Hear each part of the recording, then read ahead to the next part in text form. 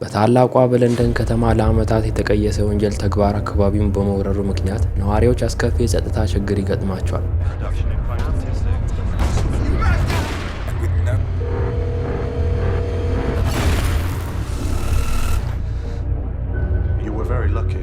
በዚህ አካባቢ ከሚገኙ አፓርታማዎች መካከል በአንድ ውስጥ ቶም የሚባል ወጣት አእምሮውን ለማረጋጋት በሚል በኮምፒውተሩ ላይ ጌም እየተጫወተ እንመለከተዋለን።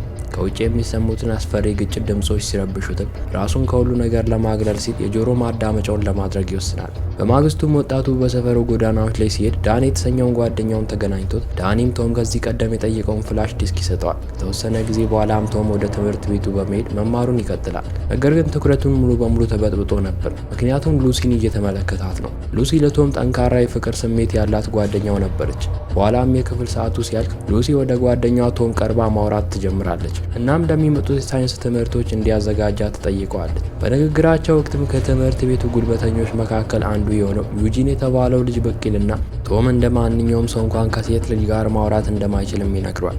በዚህ ንግግሩ የተበሳጨችው ሉሲም ጉልበተኛውን ከንቶሪዮን እንዲያቆም አዛው ከቶም ጋር ማውራቷን ትቀጥላለች። ለቶምም ጓደኛቸው ቻርሊ ቤት ተገናኝተው አብረው እንዲያጠኑም ትጠይቋለች። ቶምም ለጥናቱ ተስማምቶ ከተሰናበታት በኋላ ወደ ቤቱ ያቀናል። ቶም የሚኖረው ከሴት አያቱ ናንሲ ጋር ነው። አሮጊቷም ከልጅ ልጇ ጋር ለመነጋገር በመሞከር እየጻፈች ከነበረው ልብ ወለድ አንድ ክፍል ማንበብ ትጀምራለች። ነገር ግን ይህ ቶምን ከማበሳጨት ውጪ ምንም አልጠቀመውም። በስተመጨረሻም ቶም ሉሲን ለማግኘት አፓርታማውን ለቆ ይወጣል። ሆኖም ወደ ቤታቸው እንደደረሰ ቶም መሬት ላይ የወደቀ አንድ አስክሬን ይመለከታል። ከዚያም ብዙም ሳይቆይ አንድ የወንጀለኛ ቡድን ከአንዱ ክፍል ብቅ ይላል። እነሱም በክፍል ውስጥ ሉሲን ራቁቷን ቪዲዮ ለማንሳት እየሞከሩ ነበር። ምንም እንኳን ቶም በፍርሃት ለመሸሽ ቢሞክርም ከአንድ ወንጀለኛ በተተኮሰ ጥይት ይመታል። ወንጀለኞቹም ፖሊስ ከመድረሳቸው በፊት ከቦታው ይሸሻሉ። ከ10 ቀናት በኋላም ቶም ከአያቱ ናንሲ አጠገብ ሆስፒታል አልጋ ላይ ሆኖ ራሱን ከሳተበት ይነቃል። ስለተከሰተው ነገርም ከዶክተሩ ጋር ሲነጋገር ወንጀለኛው የተኮሰው ጥይት ለፖሊስ እየደወለበት የነበረውን ስልኩን እንደመታና በውጤቱም የወጣቱ ጭንቅላት በስልኩ ፍርስራሽ ብዙ ቦታዎች እንደተበሳሳ ይነግረዋል። ነገር ግን እንደ እድል ሆኖ ቁርጥራጮቹ ምንም አይነት ወሳኝ የአንጎል ክፍሎችን አልጎዱም። ይህ እፎይታ ቢሰጠውም ዶክተሩ ለቶም ከዚህ በኋላ የህመም ምልክቶችን በጥንቃቄ እንዲከታተልና እንግዳ ነገር ከተሰማው እንዲያሳውቀው ይጠይቀዋል። በመቀጠልም ቶም ሉሲ የት እንዳለች በጭንቀት ሆኖ ይጠይቃል። አያቱም ልጅቷ ደህና እንደሆነችና ከጥቂት ጊዜ በፊት ከሆስፒታሉ እንደተሰናበተች ይነግሩታል። ከዚህ በኋላም ቶምና ናንሲ ወደ ቤታቸው ለመሄድ ታክሲ ይይዛሉ። በጉዞ ወቅትም የራይድ አሽከርካሪዋ የልጅ ልጇን እያየች መሆኑን ስትመለከት አሮጊቷ መቆጣት ትጀምራለች። በክርክሩ መካከልም ወጣቱ የታክሲውን ሜትር መለኪያ ይመለከታል። እናም አንድ እንግዳ ስሜት ይሰማዋል። ነገር ግን ምን እንደሆነ ማወቅ ሳይችል ራሱን ይሰጣል። በኋላም ወደ ንቃተ ህሊናው ሲመለስ ራሱን በአልጋው ላይ ያገኛል። ግራ በመጋባት ስሜት ላይ እንዳለም ከናንሲ ጋር ቁርስ ለመብላት ይቀላቀላል። አያቱም የቶም ጠባሳ በጣም እየተሻለ መሆኑን ሲመለከቱ እፎይታ ይሰማቸዋል። ከዚያም ብዙም ሳይቆይ ለቶም ሉሲን እንዲጎበኛት ሀሳብ ያቀርባሉ። ቶምም መጀመሪያ ላይ ባይፈልግም ምክራቸውን ይከተላል። የአበባ እቅፍ ይዞ ወደ ጓደኛው አፓርታማ ሄዳል። የሉሲ ታላቅ ወንድም የሆነውን ቤን የተባለውን ልጅም ሰላምታ ከሰጠው በኋላ በደረሰው ነገር የጥፋተኝነት ስሜት እየተሰማው ወደ ክፍሏ በመሄድ በጥቃቱ ወቅት በመሸሹ ይቅርታ ይጠይቃታል። ነገር ግን ሉሲ ምንም ችግር እንደሌለባትና ስለ ሮጠ እንደማትወቅሰው ታረጋግጥለታለች። ምክንያቱም ምንም ሊያደርጉ የሚችሉት ነገር አልነበረም። በኋላም ወጣቱ አፓርታማውን ለቆ እየወጣ ሳለ በዙሪያ ያሉትን የኤሌክትሮኒክስ መሳሪያዎች ድምፅ በሙሉ መስማት እንደሚችል እንዲሁም ሰዎች በስልካቸው የሚያወሩትን ድምፅ ማወቅ እንደሚችል ይገነዘባል። ይህ የድምፅ ትርምስም ቶምን ማቅለሽለሽ ይጀምረውና በፍጥነት ወደ አፓርታማው ይመለሳል። እዚያም በከተማ ውስጥ ባሉት በሁሉም አይነት መሳሪያዎች ላይ አንድ አይነት ቴክኖሎጂካል ኢንተርፌስ እየተመለከተ መሆኑን ያስተውላል። በዚህም እጅግ ብዙ መረጃ በመመልከቱ ወጣቱ ራሱን ስቶ ይወድቃል። እናም በድንገት የዩጂንን ሞባይል ስልክ መረጃ ይመለከታል። የትምህርት ቤታቸው ጉልበተኛ በዚያ ምሽት ሉሲን ካጠቁ ወንጀለኞች አንዱ እንደነበረም ይገነዘባል። ሆኖም ግን ሁሉንም ነገር ለዳኒ ሲነግረው ጓደኛው ሊያምኑ አልቻለም። በየመንገዱም ቴክኖሎጂካል ኢንተርፌሶችን እየተመለከተ ወደ ትምህርት ቤቱ ያቀናል። ትምህርት ቤት ውስጥም ወጣቱ የዩጂንን ሞባይል ስልክ ይመለከትና ሰውየው ሉሲ ላይ የፈጸመውን ድርጊት ቀረጻ ለአንዱ ባልደረባው እየላከ መሆኑን ይገነዘባል። በዚህም እሱ ከወንጀለኞቹ አንዱ እንደነበረም ያረጋግጣል። እይታው ትክክል መሆኑን በማግኘቱ የተናደደው ቶምም የበቀል እርምጃ ለመውሰድ ወሰነና ችሎታውን ተጠቅሞ የጠላቱን ሞባይል ስልክ እንዲቃጠል ያደርገዋል። በኋላም ወጣቱ ከጓደኛው ዳኒ ጋር በመሆን ወደ አንድ ፓርቲ ይሄዳሉ። ክፍሉ መካከል ባለ ሶፋ ላይ ከተቀመጠ በኋላ በዙሪያ ያሉትን ሰዎች በሙሉ መመልከት ይጀምራል። እናም ሉሲን ያጠቁት የቡድን አባላት እያንዳንዳቸውን ማግኘት ይችላል። ወንጀለኞቹ ያን ሁሉ ነገር በማድረጋቸው የተናደደው ቶም በዝምታ ወደ ዩጂን ጋር ይጠጋል። እናም ይህ ድርጊቱ ዩጂንን እንዲናደስ ያደርገው ዳኒ ቀልጠፍ ብሎ ቶምን ከዚያ እንዲርቅ ያደርገዋል። በኋላም ወጣቱ ወደ ሉሲ አፓርታማ በመሄድ ሁለቱም ወደ ውጭ ወጥተው መነጋገር ይጀምራሉ። በዚህ መሀልም ዩጂንና ችግር ፈጣሪ ጓደኞቹ ወደ ቅርጫት ኳስ ሜዳው ሲያቀኑ ይመለከታሉ። ቶምም ሉሲ ቡድኑን እንደገና ስትመለከት ያሳየችውን ሪያክሽን አስተውሎ የበቀል እርምጃውን ለመጀመር ይወስናል። ዩጂንን ለማስፈራራት መልእክት ከላከለት በኋላም በማግስቱ ጠላቶችን በዝምታ መከታተሉን ተያያዘው። ጉልበተኞቹም ህገወጥ አደንዛዥ ዕፅ አከፋፋይ ሊገናኙ እንደሆነ ሲመለከት አንድ ቦታ ላይ ተደብቆ የዩጂንን ሞባይል በአእምሮ ሀክ ያደርገዋል። ይህም የሚያወሩትን ነገር እንዳለ ከሩቅ እንዲያዳምጥ ያስችለዋል። ንግግራቸው ከተጠናቀቀ በኋላም ቶም ከቦታው ይሄድና የቀረውን ቀን በክፍሉ ሆኖ የወጣቶቹን ስልክና ላፕቶፖች በማስተጓጎል ያሰቃያቸው ጀመር። ከደቂቃዎች በኋላም ያገኘውን ኃይል በመጠቀም በሌላ ቁጥር ለሉሲ መልእክት ለመላክ ወሰነ። መልእክቱም ከሚያጠቋት ሰዎች ሁሉ እንደሚጠብቃት የሚገልጽ ነበር። በማግስቱም የትምህርት ቤቱ ርዕሰ መምህር ስለ አንድ አካዳሚክ ለውጦች ማስታወቂያ ለመስጠት ተማሪዎችን ይሰበስባል። ቶምም ይህን አጋጣሚ ተጠቅሞ የቡድኑ አባላት ከሆኑት አንዱ የሆነውን ካስ የተባለውን ልጅ ሚስጥራዊ ቪዲዮ በመድረክ ለሁሉም እንዲሰራጭ ያደርጋል። በዚህም ሁሉም ተማሪዎች ከቁጥጥር ውጪ በሆነ ሁኔታ መሳቅ ሲጀምሩ፣ ጉልበተኛው ካስ ደግሞ በአሳፋሪ ሁኔታ ከአዳራሹ ይወጣል። ቶምም ባደረገው ነገር ተደስቶ ለሉሲ ስለተፈጠረው ነገር እንዳለ ሲነግራት፣ እሷም ይህን ማን እንዳደረገው ለማወቅ ትጓጓለች። በዚህ ጊዜም ቶም ዘፈን ለመክፈት ወደ ሬዲዮ ሲሄድ ሉሲ ደግሞ ጥርጣሬ በማይፈጥር መልኩ ትናንትና ሌሊት ጠብቅሻለሁ ብሎ ላወራት ሰው መልእክት ትልካለች። ቀደም ሲልም ካስን ያዋረደው እሱ እንደሆነ ለማወቅ ፈልጋ ነበር። ቶምም ሬዲዮን እየነካካ አእምሮን በመጠቀም ለምልክቶቹ እንዳለ ምላሽ ይሰጣታል። በመቀጠልም እሱም ቀደም ሲል አንዱ የቤተሰብ አባላቸው ለምን በወንበዴዎቹ እንደተገደለ ይጠይቃል። ሉሲም ወንድሟ የዩጂን ቡድን እንዲቀላቀል ተጋብዞ እንደነበረና እሱ ግን ግብዣውን እምቢ በማለቱ ወንጀለኞቹ አንዱን የቤተሰብ አባላት ለማጥቃት እንደወሰኑ ትመልሳለች። ከምላሹ በኋላም ልጅቷ የማታውቀው ጠባቂዋ ስም ማን እንደሆነ ትጠይቃለች። እናም እሱም ከዚህ በኋላ አይቦይ ብላ ልጠራው እንደሚችል ይመልስላታል። ከቀናት በኋላም ጥንዶቹ በምሽት ወደ ሉሲ አፓርታማ አብረው እየሄዱ ሳለ ዩጂና ቡድኑ መጥተው ይከቧቸዋል።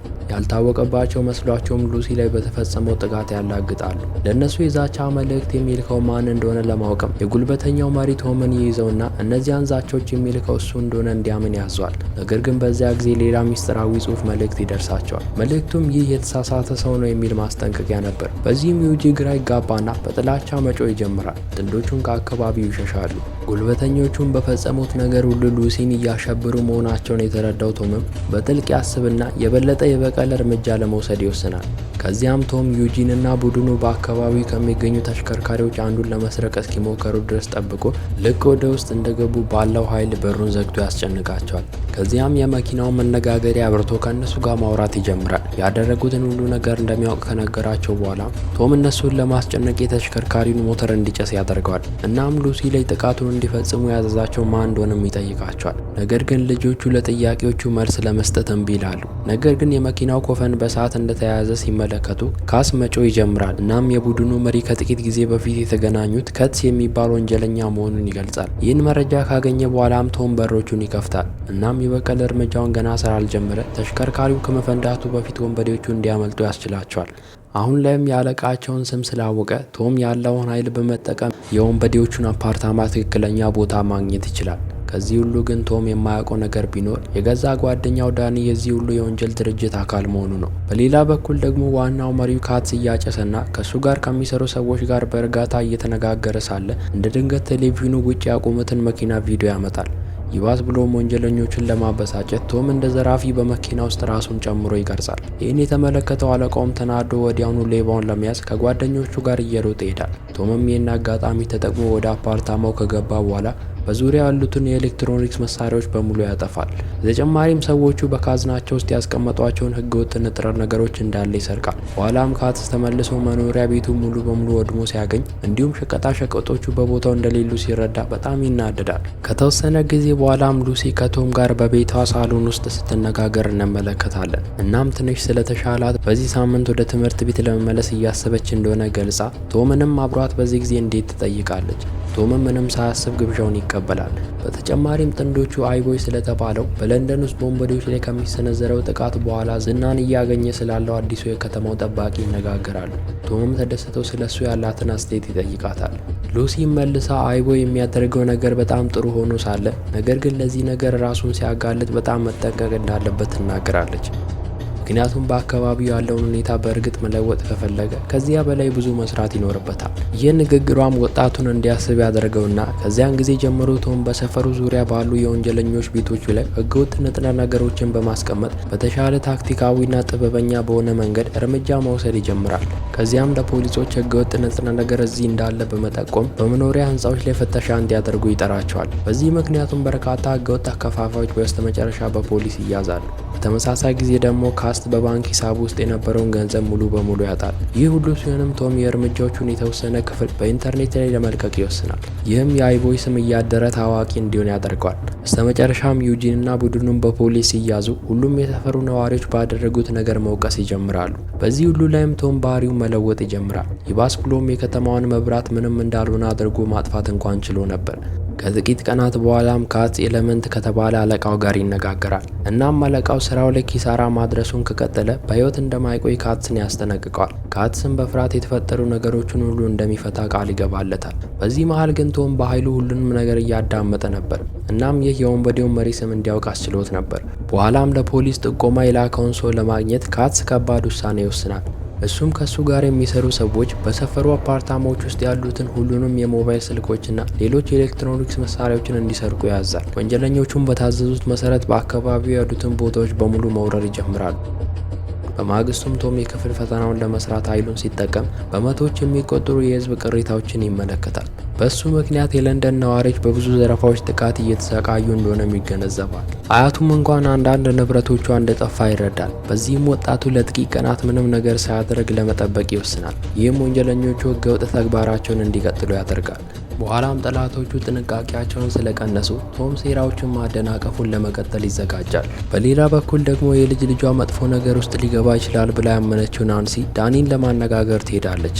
አሮጊቷ ሴትም ቶም የተለየ መሆኑን ብታውቅም አሁን ጥሩ ልጅ እንደሆነ እንደምታምን ገልጻ የልጅ ልጇ ሞኝ ነገር ለማድረግ ከሞከረ እንዲያስቆም ዳኒን እንዲከታተለው ትጠይቀዋለች። በተመሳሳይ ጊዜ ደግሞ ካስት ወደ መኪናው እየገባ ሳለ ቶም ይመለከተዋል። እናም አይቦይ በሚል ማንነቱ ለሉሲ መልእክት ይልክላታል። መልእክቱም ለአንዴና ለመጨረሻ ጊዜ ይህን ነገር እንደሚቋጨው የሚናገር ነበር። ሆኖም ግን ሉሲ አይቦይን ያንን ነገር ማድረግ እንደሌለበት ትመልስለታለች። እናም ጥቃቶችን በሙሉ እንዲያቆምና ለሌሎች ሰው ሳያስብ ለራሱ እርካታ ሲል ብቻ እያደረገ እንደሆነም ትገልጻለች። ይህ ንግግርም ወጣቱን እንዲያስብ ያደርገዋል። ነገር ግን እጅ መስጠትን አላሰበም። እናም በሞባይል ስልኩ አማካኝነት የካስትን መኪና ይከታተለው ጀመር።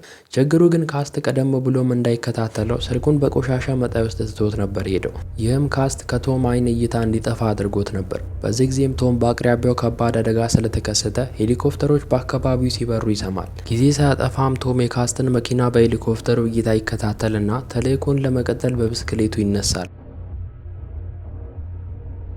በሌላ በኩል ደግሞ ካስት ወደ ኮንቴይነር መጫኛ ቦታ ይደርስና አይቦይ እየተከተለው እንደሆነ ስላወቀ መያዣ መንገድ ለማግኘት ከጓደኞቹ ጋር ማውራት ይጀምራል። ይህ በእንዲህ እንዳለ ቶም በጨለማ ውስጥ ወደ ቦታው እየተቃረበ በኃይሉ ፈጣን ትንታኔዎችን ካደረገ በኋላ ቦታው ላይ የነበረ አንድ ጠባቂ ላይ ከባድ የሆነ ድብደባ ደርሶበት ጠባቂው በቀላሉ እንዲወድቅ ያደርጋል። ብዙም ሳይቆይ ወጣቱ ህገወጥ ንጥረ ነገሮችን ወደ ያዙ ሳጥን ይሄድና ወንጀለኞቹ ገንዘባቸውን እንደገና እንዲያጡ ለማድረግ ሁሉንም በእሳት ያቃጥላቸዋል። ሆኖም ግን ገናው ከቦታው ከመውጣቱ በፊት ካስትና ጓደኞቹ ከች ብለው በከባዱ ይደበድቡታል። በዚያም ሁሉም ቡጢዎችና ምቶች መካከል ወጣቱ ሊገደል እንደሆነ ይገነዘብና ለማምለጥ ሲል በዙሪያ ያሉትን ወንጀለኞች በሙሉ የሚያደነዝዝ ኃይለኛ የሆነ የድምፅ ሞገድ ይፈጥራል። ለዚህ ዘዴው ምስጋና ይግባውና ቶም ሳይገደል ከቦታው መራቅ ይችላል። ምንም እንኳን ካትስ በህመም እየጮኸ ቢተኩስበትም ሳይመታው ከቦታው ያመልጣል። ይሁን እንጂ ቶም በከባድ ቆስሎ ነበር። ወደ ቤቱ ለመሄድ እየሞከረ ሳለም ከአንድ የመብራት ምሰሶ ጋር በመጋጨት ራሱን ስቶ ይወድቃል። በማግስቱም ቶም እንዴት እንደደረሰ ሳያውቅ ባልታወቀ ቦታው ላይ ራሱን ያገኛል።